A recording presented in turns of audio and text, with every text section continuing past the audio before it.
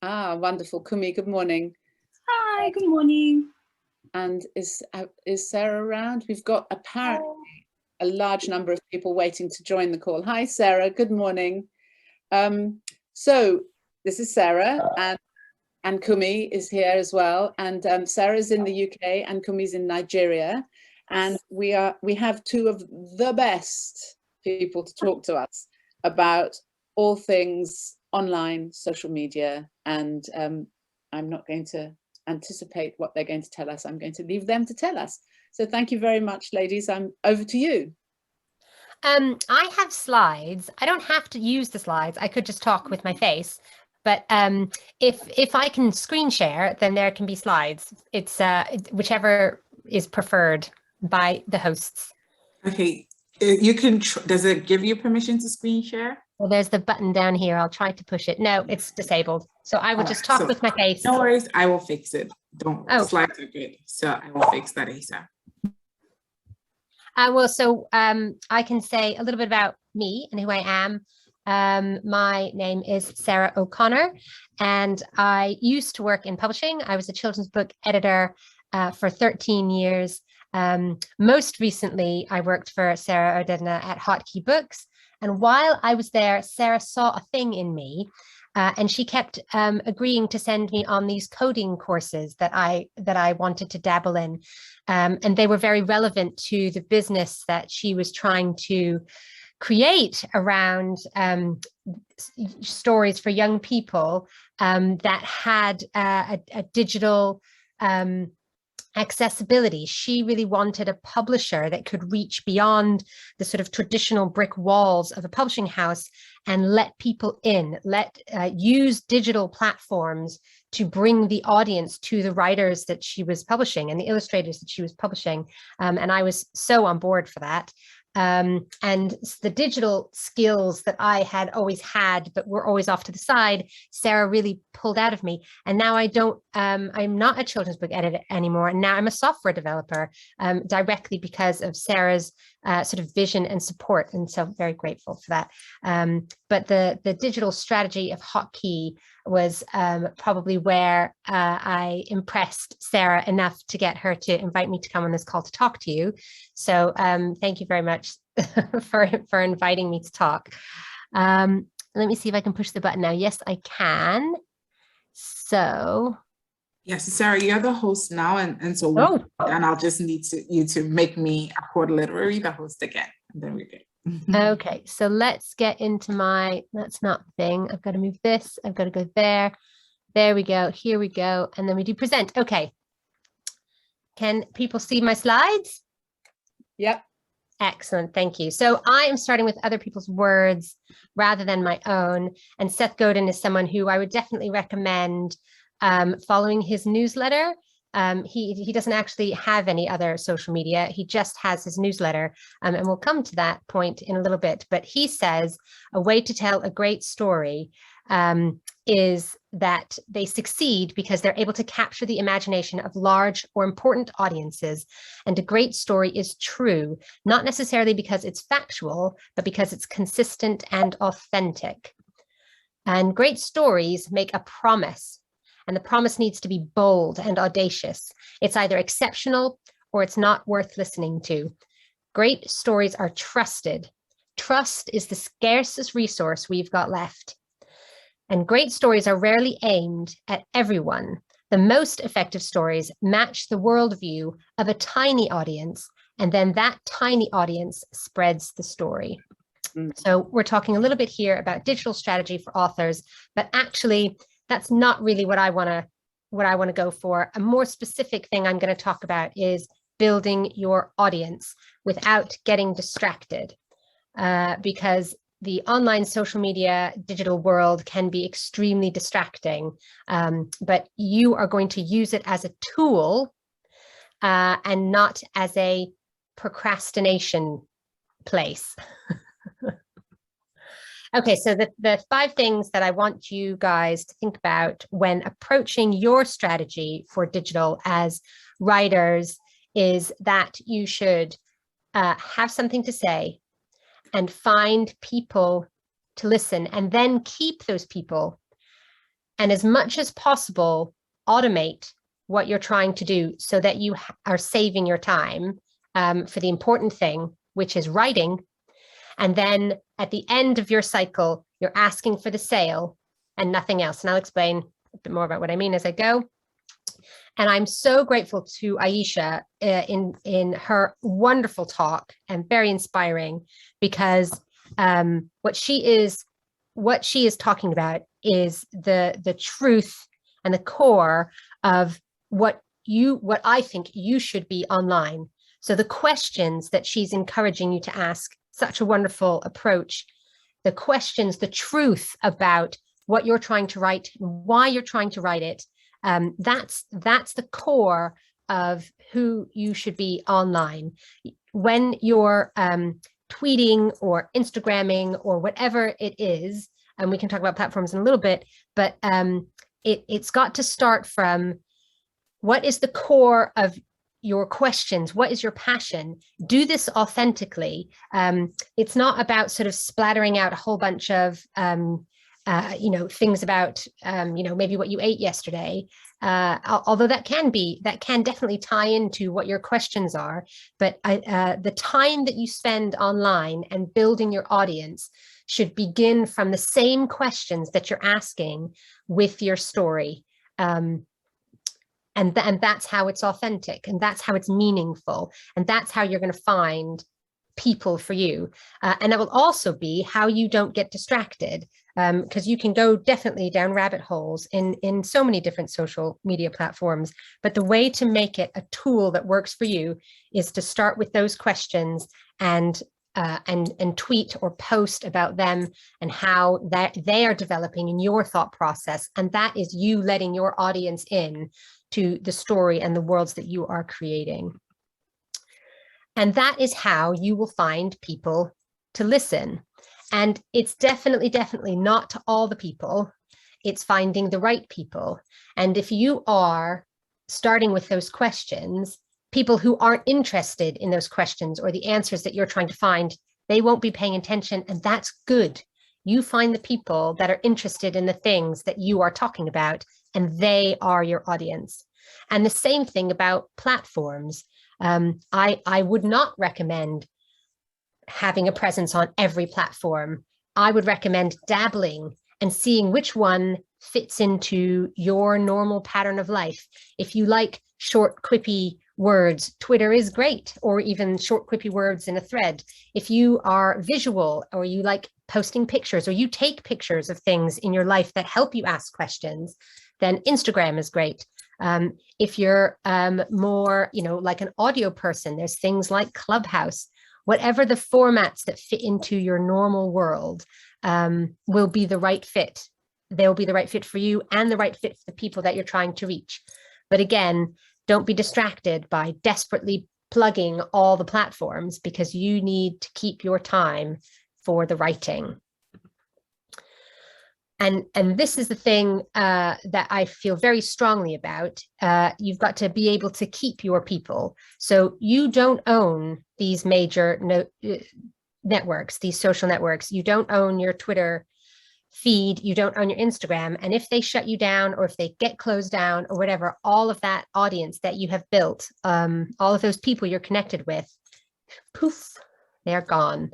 So my strong recommendation is you convert people by getting their email addresses into a newsletter.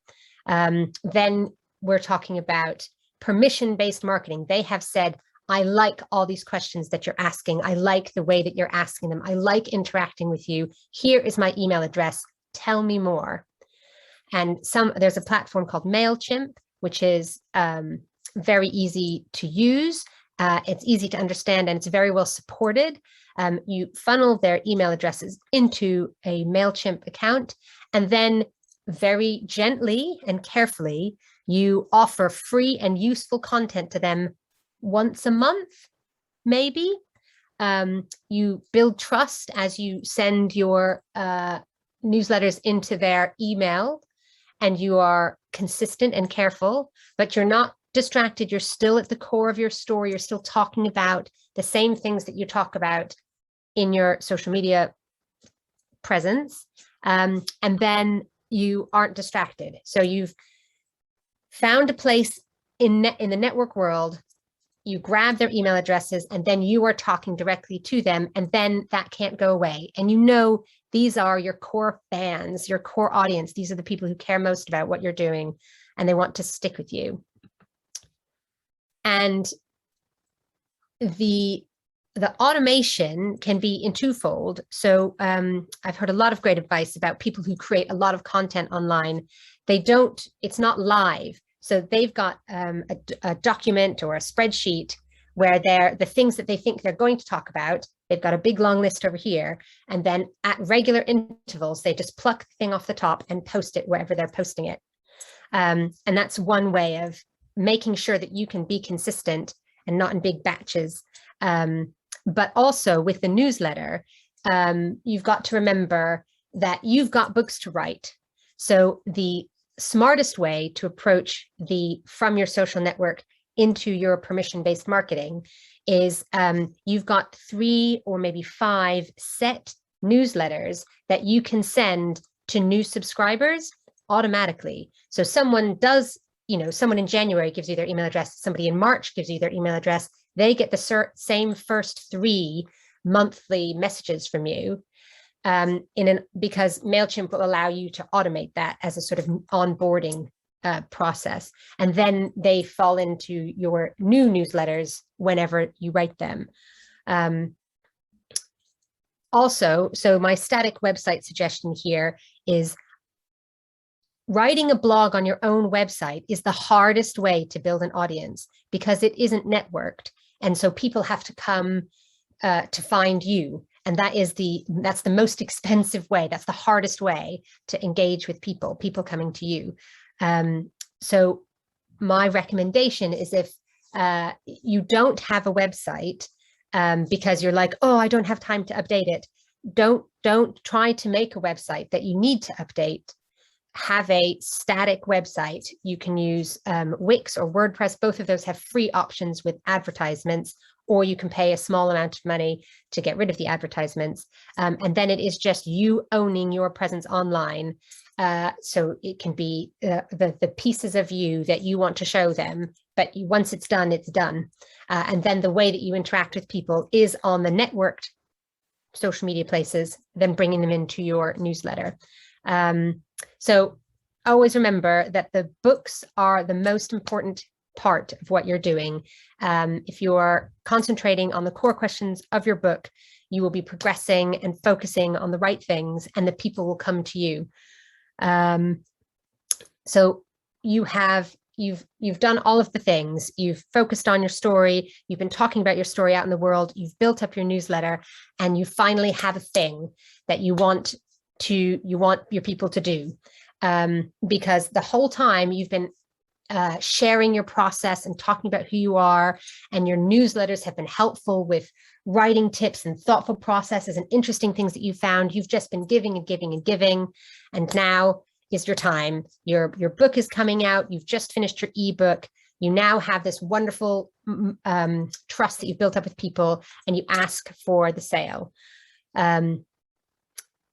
Or asking for, get your schools to have me come and visit, or whatever it is. So you've built this wonderful journey, and then at the end, the value is unlocked for you because you haven't asked them for anything else, but then you directly ask them to do the thing that you need them to do. And that is how you sort of successfully built your audience and mobilized them for your career. So here's a few examples of people that I think are really great online at being open about their process and who they are and what they do. They definitely have distinct voices online that all ties wonderfully back into the work that they do. So you can go and check them out. And so the thing to remember from me, and I'm going to stop now, is that you want to build your audience online, but not get distracted. So I'm stopping sharing now. And then I'm going to pass over to the wonderful Kunmi, who has some excellent tips for you from her wealth of knowledge and experience in writing and being a voice online. but before, so how do I change the host back?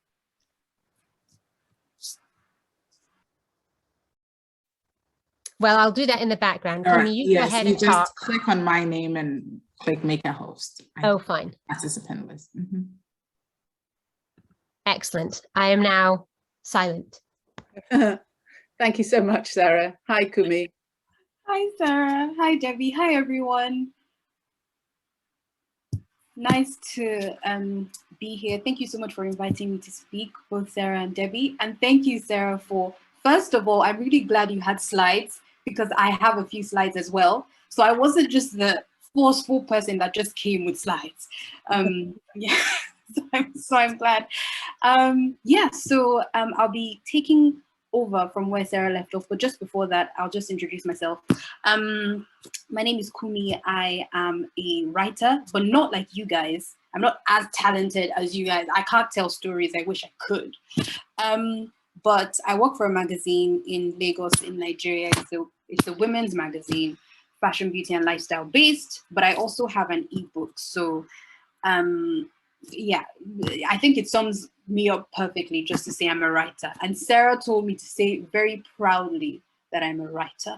So I'm going to say that. So that's pretty much what I do for a living. And today I'll just be speaking more practically on kind of the day-to-day things that you can do to build your personal brand online, which I think is so important. And also get people to buy into what you're selling. So it's not just the product, it's also in who you are, because I believe people buy into people first before they buy into the product. So I'll just find out if I can share my screen, and we'll be really quick about this, I promise. Okay, Debbie, I'm trying to share, but I don't think I can yet. Just 1 second, I'll make you a host. Okay, thank you so much.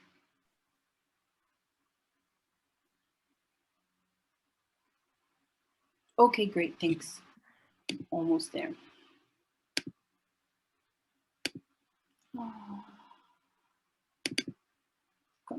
Okay, so I hope you can see my screen. Sara, can you see my screen? Okay, great, yeah. So I'll be talking about 3 things today. The first thing is the secret the secret power rather of writing communities. The second thing is capturing your audience through engagement. And the third thing is 4 steps to enhancing your personal brand online. And this is all just in a bid to kind of get writers of every kind, but I know the writers here primarily writers who are writing for young audiences. Yeah, like I said, just to really break it down and see how you can attract more people. I mean, it's important to gain followers, but it's also important, like I said, to create value online.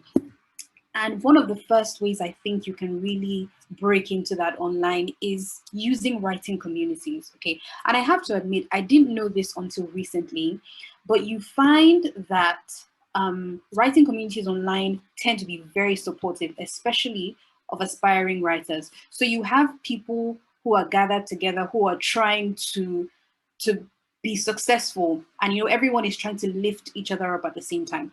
So whether this is by literally simply clicking the hashtag writing community or hashtag writers lift online and meeting other writers, you can literally drop a tweet saying, hi, I'm a new writer, I just released a new book, or I'm new on Twitter, or I'm new on Instagram, and I really would love to connect with other writers and kind of build a community.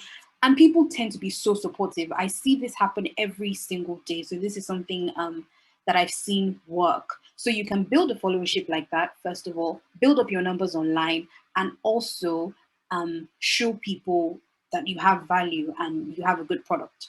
So much power in writing communities. That's the very first thing.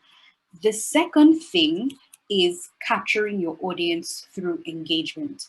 So one thing that you find that people tend to do online, not just writers, is especially when you're a social media novice or you're not very keen on social media, which we will touch on later a bit because it's a bit challenging if you're not very keen. But the truth is these days, it's so tough to exist professionally without some sort of social media presence.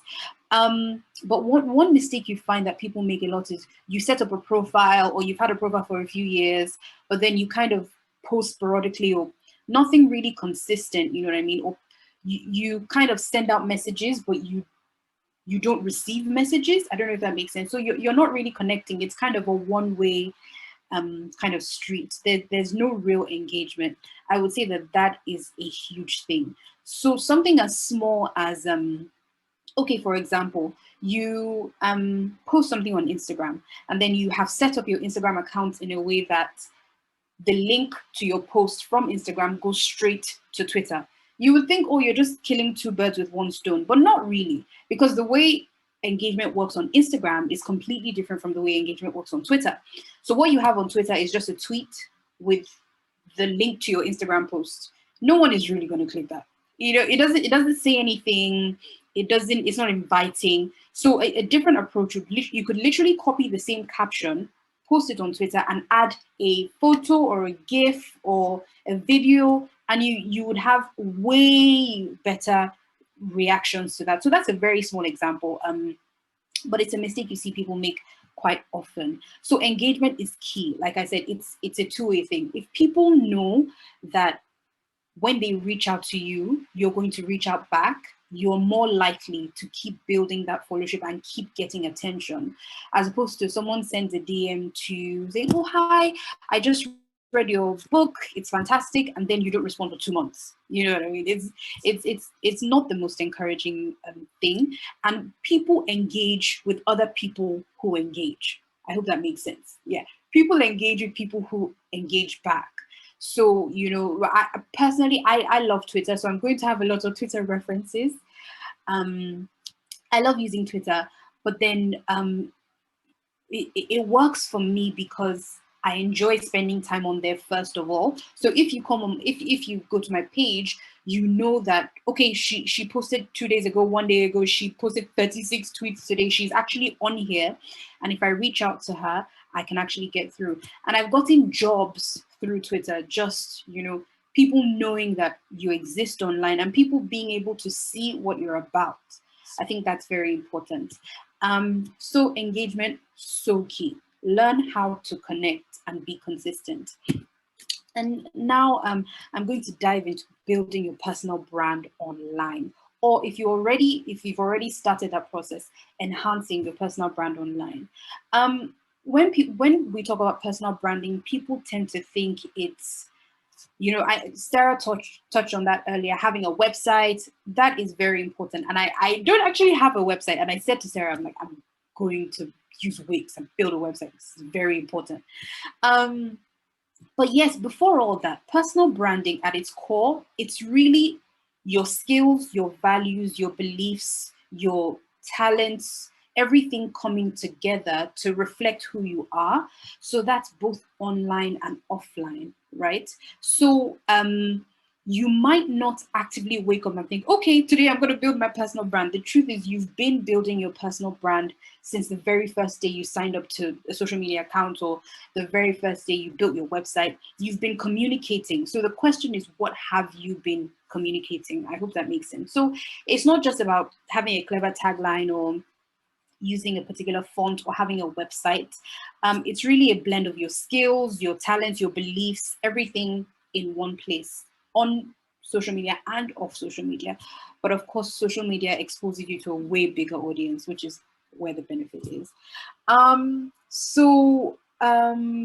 The first step, I would say, when it comes to enhancing your personal brand is really, really obvious stuff.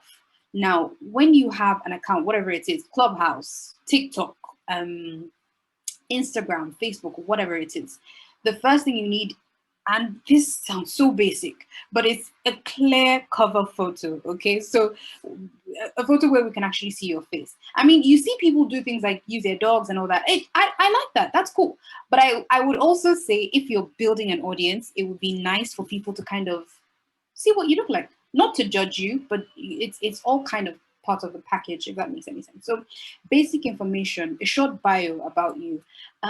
You can go the professional route and just write what you do. Hey, I'm an editor, blah, blah, blah. I have a book, you know, or you can be funny. You see people, you see people have the funniest short bios on Twitter. So let your personality reflect as well in your profile or your bio.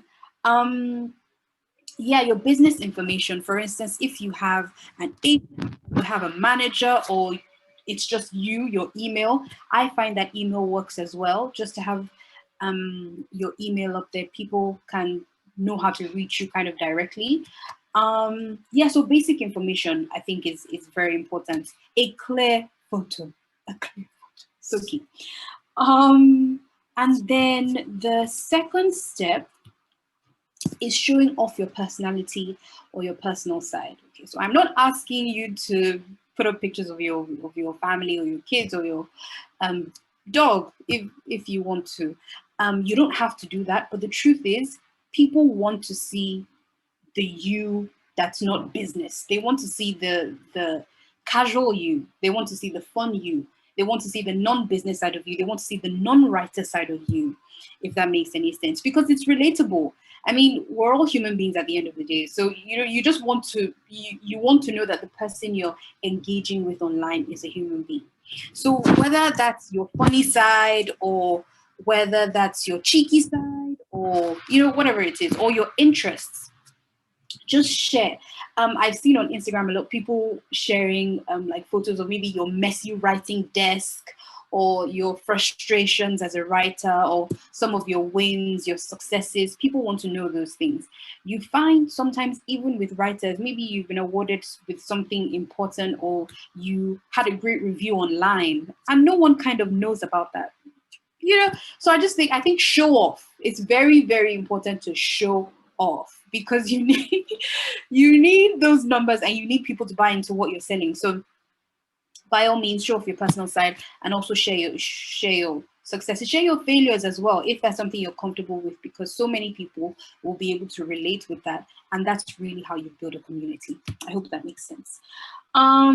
So yeah, the third thing is using the power of repetition. And what this means is essentially sticking to something that people will then get to know you by. So you find that some people have weekly, maybe Instagram Q&A sessions, maybe every Thursday at 6 p.m. You know, they interview someone, or they have a quick 15-minute live video or something. And the truth is, maybe that kind of annoys people, but then there are other people who look forward to 6 p.m. on Thursday, because they know that you're going to be on, or you're going to have something interesting to share. It can even be as little as sticking with a particular font. So for instance, on Instagram stories, you find that some people are very, very, very particular about sticking with, you know, a font or a style of writing, or certain kind of images, or certain kind of videos, because people get to kind of associate that with you. And that's how you build a brand, really and truly. I'm talking basic things like using the same color.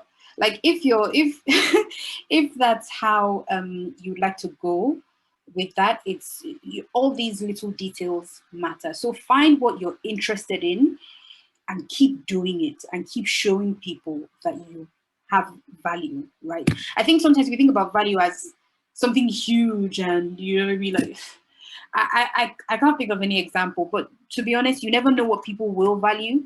So keep sharing, and you will find your audience eventually.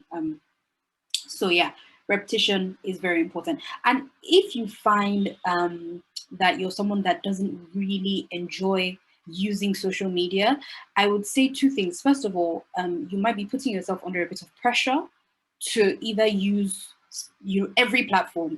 And Sarah touched on this. You know, you find that you want to be on everything. Find what you like, find what interests you online. The truth is, there are people that are making content that you're interested in on social. It doesn't matter what you like. Like, I like the most random videos on YouTube. I like watching people make coffee all day. Like, I watch baristas make coffee in cafes in China for like half an hour. I'm not kidding. You know, so there's always someone out there who's interested in what you have to offer. You just have to find them. So that's the third step. The fourth thing really kind of ties into it in terms of consistency. And I think I touched on that earlier.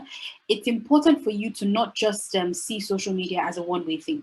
You know, so you just come, you drop a post, and then 1 month later you come and if you're a celebrity, it probably doesn't matter too much because people will follow you anyway. But if you're a regular person like me, you need to put a bit more work into it before you kind of get that attention. So power through, even if you haven't found your tribe, or even if you are still experimenting with platforms, power through and see what you like. You might find that you enjoy TikTok. Like, I think Sarah and I were talking about this. There's a whole niche group on TikTok called Book Talk. Okay, so these are like readers and writers, and they're just obsessed, and they're just so you will find your tribe online. You just have to keep looking for it. So consistency is the ingredient, I would say, to winning on social media. Just keep trying, keep sharing value, and keep pushing your product, and eventually I do believe it'll be good news. So yeah, that's pretty much it. I do have a book that expands everything I've spoken about. It goes into so much more detail, and it's absolutely free. So if you check out any of my social media at Kunmi_O, that's on Twitter and Instagram, there's a link on there for you to download the free ebook and kind of learn a lot more about what I've spoken about. So thank you so much. I think I'm done now. Thank you. Thank you, Kunmi. Thank you, Sarah. And I think, Debbie, are you back being host? I'll need Kunmi to make me the host again. Cool. And I think we're going to ask you some questions, Sarah and Kunmi, so don't go away. Well, we've got questions to ask each other as well, as was part of the assignment. Right. Thank you for reminding me. So I'm going to go first, asking Kunmi a question, and I completely back up her enthusiasm for writing communities, and think that is such a useful way of connecting in. But also, yeah, getting support. It's hugely valuable, and there's lots of different ways you can find that. But Kunmi, what happens if a writing community that you've joined and you're building a relationship with, and then something goes wrong? Because things do go wrong online, and you're sort of caught up in some kind of drama or controversy. How, with your brand, do you sort of protect yourself or work around when communities go wrong? Okay, so I would say, if in terms of something going wrong, or in terms of if it's something controversial, I would say if you were in the wrong, if you said something inappropriate or you kind of offended someone, I would say apologize and take a break, right?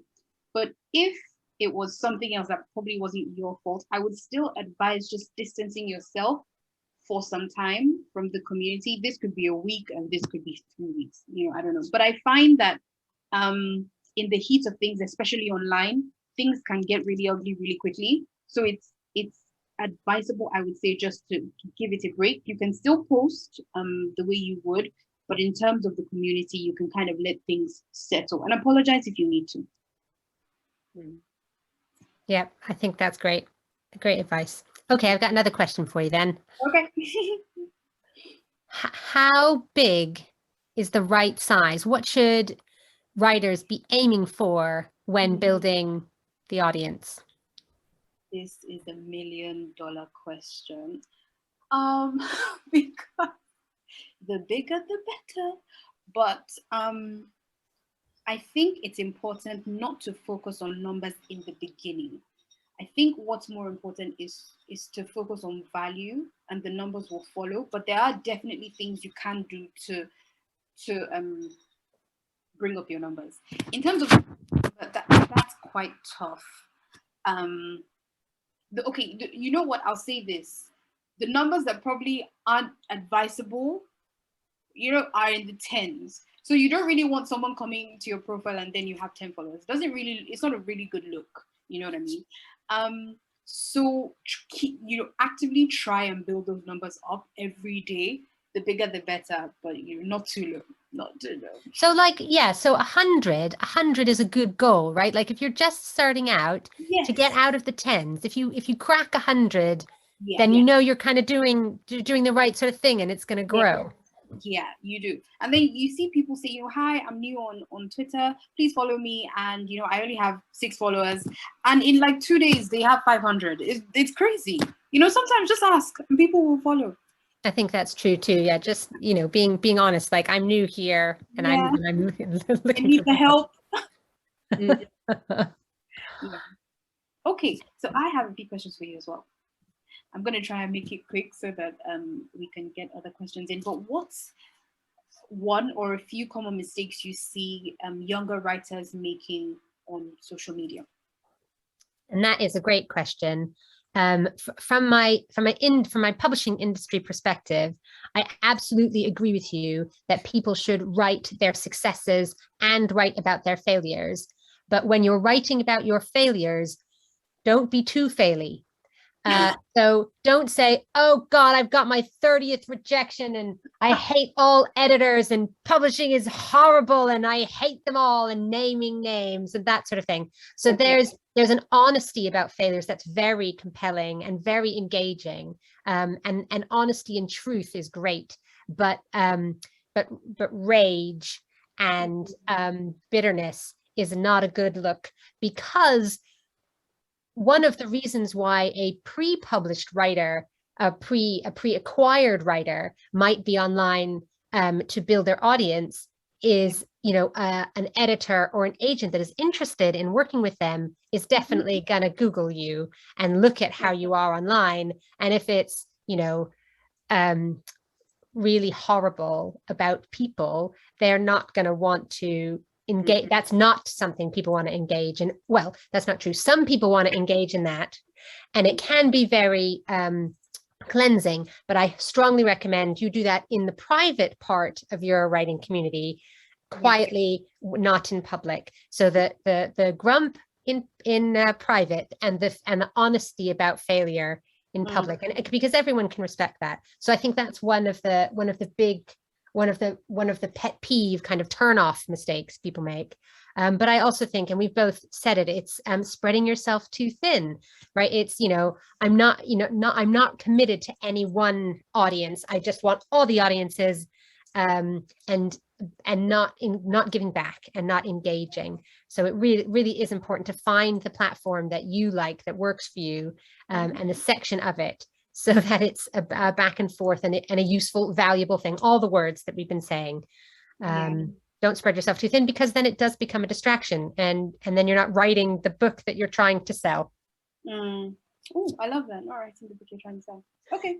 I have one more question. Okay, you did actually share this, to be honest, practical tips on how to automate your posts. Yes. But do you have any platform recommendations? Like I know so many people use Hootsuite or Buffer, or so yeah. What recommendations do you have? Yeah, there are some ways. I think they're paid for, though. There are tools. I mean, if you're really massively engaged and your audience is now suddenly like 10,000 people, then you've got a reason to kind of invest in tools like Hootsuite and that sort of thing, where you can literally schedule posts and you can say at 11:03 send this tweet. But you can more manually automate it by giving yourself a backlog, and then knowing, okay, it's 3 o'clock on a Tuesday. I'm now going to grab the latest thing that I know that people are going to like and put it out there. Or like you were saying, you have your every Friday afternoon, you have your live thing. You've actually decided what that live thing is going to be 3 Fridays ago, because you've got it all in your list. So automating into social media, the networks, is harder because they are sort of closed platforms. And so the way that kind of automation works is by other people building tools, which then that costs money, because it costs money for those people to build the tools, which is a thing. But the automation for your newsletter is very much MailChimp. So there's lots of talk about Substack at the moment, but that does not have any automation. That requires you to to do it live as you go. But Substack is a different way of publishing, where you're writing and people are paying to see your newsletter. Basically, it's a paid for newsletter kind of platform, which maybe if you start to get those big numbers, that's a thing that you can do. But for MailChimp, you can, up until a certain audience, be completely free and use all of their tools for free, including that, you know, when I get a new subscriber, send them these 3 posts automatically 4 weeks apart or whatever. Yes. Okay, thanks, Sarah. Thank you so much, both of you. That's absolutely fascinating. And I think the best thing of all is the message of positivity is so strong. So I think, Debbie, were you going to ask some questions? Are you there? Where are you? Cool.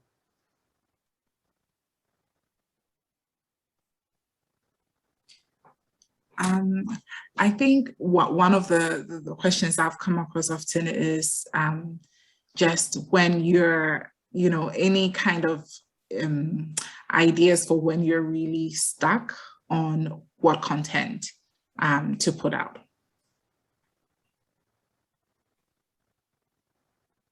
Okay, Sarah, did you want to take this one, or do you want me to take it? Well, how about we both do it? You go first and then I'll go. I think it's a great question. Yeah, it really is. I find, and this is kind of a cheat, okay, but I find sometimes that leeching on other people's content when you have no ideas is fantastic. Okay, I have an app called Pocket. So I save articles I would like to read later offline, for instance. And then I read so many great things, and sometimes you want to share. So if you don't have any ideas for what to post, why not share someone else's? You know, someone else's tweets, someone else's video, someone else's with credit, of course, or someone else's article, that kind of stuff. So it's not. I was making a joke by saying stealing. It's not really stealing, but it's just also sharing great content that just doesn't happen to be yours. Yeah. And if you're adding your own thoughts about that content, not only are you providing something useful and of value to the people that follow you, but you're also being really nice to the person that wrote it. And obviously they've put it on social media, so they want it to spread. And suddenly you've got a little ally because you have then said a wonderful thing about the thing that they did. And they're like, oh, who's that person? Maybe I'll follow them. And then that's engagement, right? That's building it. Mm-hmm. And I guess for my 2 pennies worth is go back to Aisha's questions. If you're stuck, ask a question, go back to your list of questions, or ask a further question about the questions that you've been asking.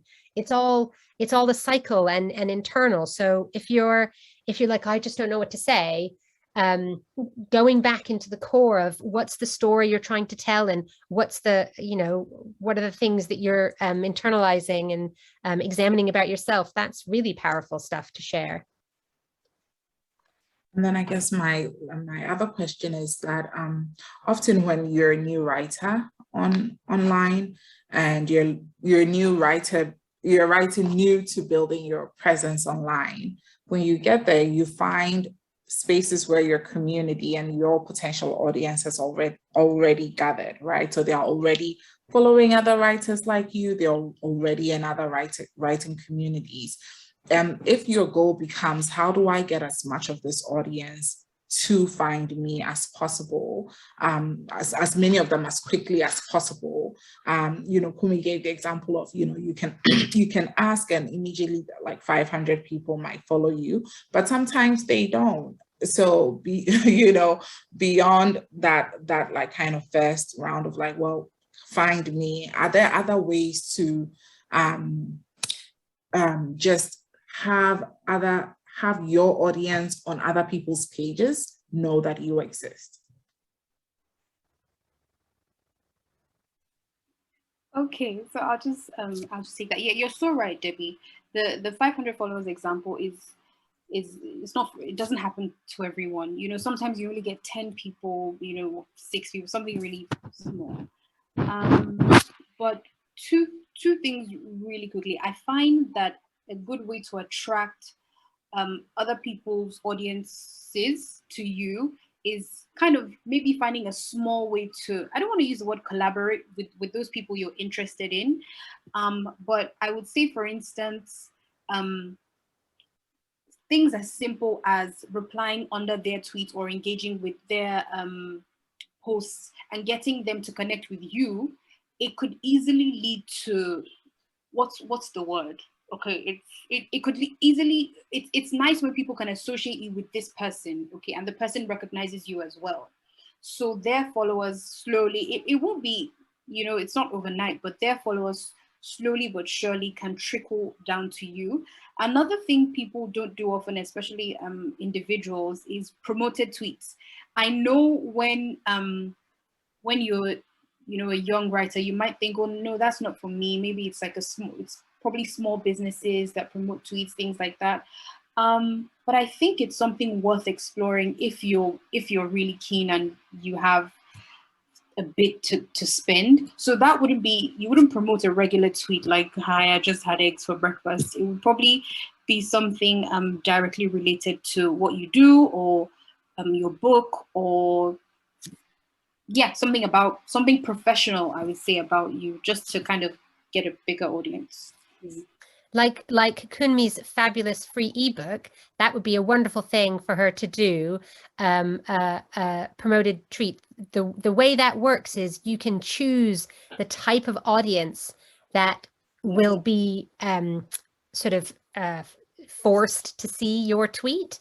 But if it's something of value, you've written an excellent article about something that has to do with your book, or a free ebook that is useful, of value to people, you do pay, but you pay like 0.3 pennies per, it depends on all of the levers that you push, but you can absolutely get a Twitter for Business, and it is called for Business, or the Instagram sort of ad account, and promote something if you've got something that is of value that people will click on and go, yes, I agree with that. All of those things that you said, you are my kind of person, I'm going to follow you.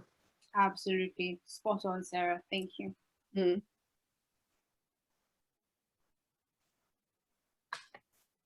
So another question is using social media for book sales. I think sometimes when one has a clear kind of sales target in mind, I want to sell 10 books this week, it's easy to kind of think more salesy than more relationship building or more giving value to audience. How do you draw the line? Because it's also very easy to give a lot of value and not promote and not actually have people do the thing that you want them to do. So how do you draw the line between building community, providing value, and showing up online, and then also hitting clear targets like selling books, for example? Sarah, I'm gonna let you take this one. Oh, it's hard. If you just sell, you won't build an audience. If it's always to the target of buy my thing, people just will ignore you. It's like you're standing on the street corner being like, buy my thing, and people would just be like, I don't see you. But again, the extreme of take my books here, everyone have them on the street corner, people won't remember who you are. They'll just grab your thing and go. So you've got to find that middle ground of I am giving you value and I'm not asking you for anything in return until now. Now is the time that I need you. And I am often tempted personally in, people who say, if you've ever responded to one of my articles, if I've ever helped you, help me now. And I'll be like, oh yeah, I remember that time you said that. And I remember, oh, I learned that from you. Okay, click. And I'll click on the thing that you've asked me to click on. So you have to draw your own line and also experiment a little, right? Like see what kind of engagement happens when you say, and the way you say, hey, buy my thing now. But I guess my advice is don't say it too often, but for me, the most powerful way of doing that is if I have engaged with you online enough so that you have given me your email address and let me into your inbox, and I have never abused that trust. I have only ever sent you great stuff that is in concert with my brand that you have signed up to. If, you know, once every 6 months, I say, my book is out now, or I've just had this, you know, this awesome review by my book, it's much more likely that that is going to get a hit of the actual conversion to buy. But it's really hard, and it can be very disappointing that, you know, you've given a lot and people aren't giving back. But I think it's the necessary cycle of engagement and conversion. Mm. Yeah, no, those are oh yeah, Kunmi, go ahead. I'm so sorry, Debbie. You're so right. I think finding a balance is key, but sometimes finding or knowing how to find that balance is you have to kind of test the waters. I know someone, she's not a writer. Well, she actually is, because she has an ebook as well. But she does food and lifestyle content online. That's her thing. That's her full-time thing. But she has created so much value that, you know, when it was time for an ebook that people had to pay for, she had made so many free videos that had helped so many people, and, you know, saved you when you just didn't know what to eat or cook. And, you know, it was time to buy the ebook, and people just kind of lapped it up because she had done the groundwork, right? So yeah, I think building the relationships is key in the beginning, and hopefully then, you know, you can reap the benefits later. Yeah, no, I'm taking two very key points away from both of your brilliant answers to that question. Kunmi, to your recent point of this example of someone who had been giving so much value, therefore they had a really large following. I guess, like, it's almost intuitive, isn't it? Because if let's say the average response rate to anything you're trying to achieve is, say, 10%, right? Mm-hmm. You have 100 people, 10% of 100 people is 10. But if you have 10,000 people, 10% of that is 1,000. So really, the more value you give and the more people appreciate that value and gather around you, even if the average is the same, you're still going to get more results when you've done and put in that groundwork of building that community, right? And Sara, to your point also of if you know, standing on the street, and if you were selling on the street corner and all you did was sell, so it's like, I'm selling.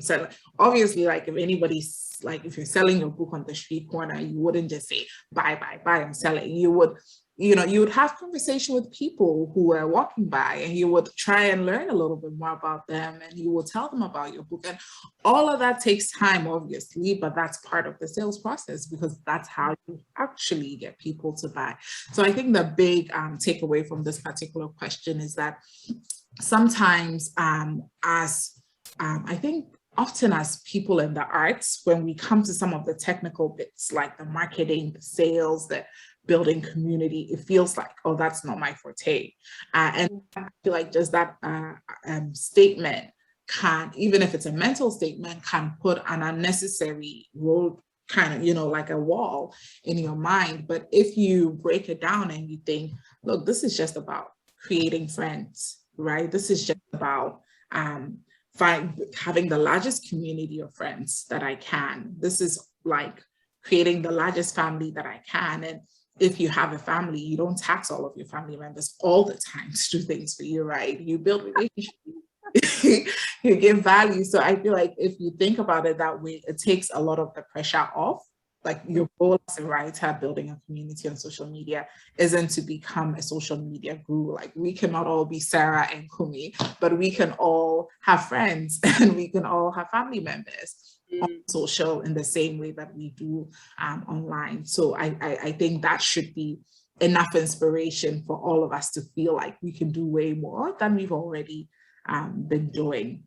I want to see if there are any questions at all from our audience so far.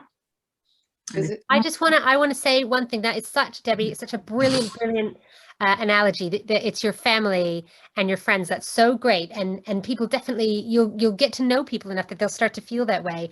And a point is that you would also support your friends and your family when they are needing advice or needing support, or when they do the ask, right? So if there's people that you follow that you found value and they do the ask, like, hey, will you promote my book, or hey, will you buy my book?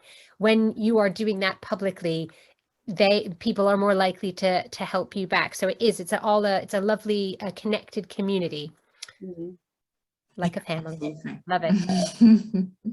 I think listening to this, one of the things that I'm getting very strongly is about trust and about kindness. So build trust and be kind, and you will grow the community. You will be an important person within that community as well.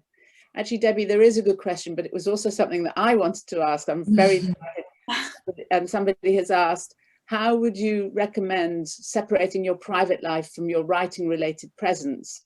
Or do you recommend separating the two? I mean, how much of one's privacy, where's the line? Okay, I think I'll just jump on this one really quickly.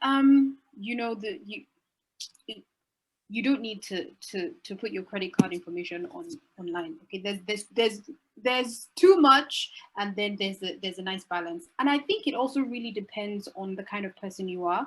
It takes some people a lot longer to get comfortable enough to even share a photo, for instance.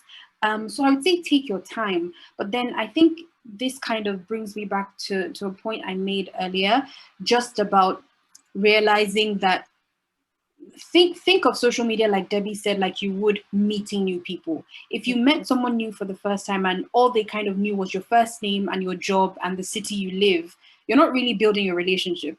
But when you slowly start to talk about your interests and your dreams and your goals and what you like and what flavor of ice cream you prefer, then you're then really building something. So think about social media like you would a traditional relationship. Thank you.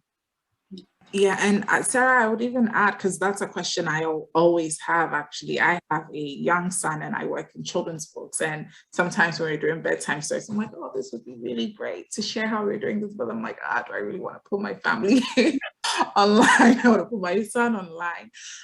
And because the answer isn't clear, you often just end up not doing anything. But this is helpful for me in terms of thinking about it as a family, or as like a community, because when you're building community, you're trusting people, and you're also giving them a reason to trust you. And that, like Kunmi was saying, like, you won't share your credit card details, but you will share a few things that, like, if I had a community of writers, of course I would take my son out to like a reading event or something, right? So like I wouldn't like shield him from the world. So that's a simple way of really analyzing what am I comfortable with, if we would take off the pressure of thinking of it as if there was like a clear answer, and ask ourselves, look, if this is truly a community that I'm investing in, what am I willing to give in the same way that I would to a physical community, group of friends that I'm investing in? Yeah. There's a British author I follow, and I love the way she posts about her son.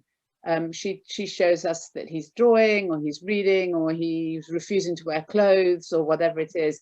And she posts over his face a sweet little kind of heart-shaped thing. So she's clearly thinking of where her line of privacy is for her son and for herself. And we know what she looks like, and she's a very high-profile children's author, but she's decided to include her son, but in a very tactful way. So there's, if you look at what other people do as well, I think you get lots of clues to help you decide how you want to handle it for yourself. Yeah, absolutely.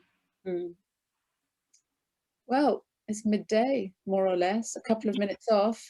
I think, let me just check there wasn't any other questions from the floor for you guys. No, I think we're there. We're going to be able to let you go and live your private lives. Thank you so much.